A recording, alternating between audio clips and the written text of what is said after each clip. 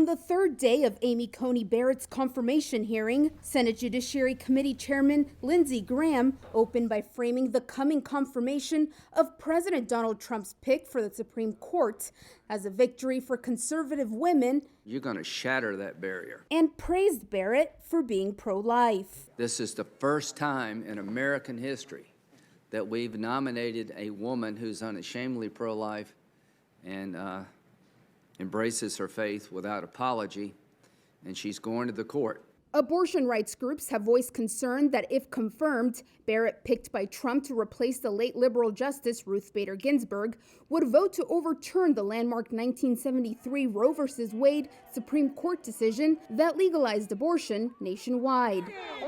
Under questioning from Graham, Barrett reiterated her comments from Tuesday that the Roe decision was not a super precedent that could never potentially be overturned. Not super precedent, as I was using that term in the articles that have been referred to. Also on day 3, Barrett sidestepped questions mostly from Democrats on matters of presidential powers, saying no one is above the law, but dodging a question about whether a president can issue a pardon for himself. So far as I know, that question has never been litigated. That question has never arisen.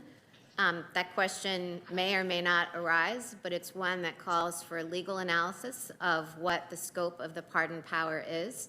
So because it would be opining on an open question when I haven't gone through the judicial process to decide it, it's not one on which I can offer a view. Judge Barrett also commented on the legal doctrine at the center of a looming case that could determine the fate of the Affordable Care Act, known as Obamacare. And the presumption is always in favor of severability. That legal doctrine, severability, is one in which courts assume that when one provision of a law is unlawful, Congress would want the rest of the statute to remain in place. Also, if you picture severability being like a Jenga game. But likening the doctrine to Jenga, Barrett said that if a statute can be saved, it's a judge's duty to do so. You know, severability is designed to say, well, would Congress still want the statute to stand even with this provision gone? Would Congress have still passed the same statute without it? Democrats have said Barrett's confirmation would threaten health care for millions of Americans, as they fear if confirmed by the Senate, she will cast a decisive vote in striking down Obamacare.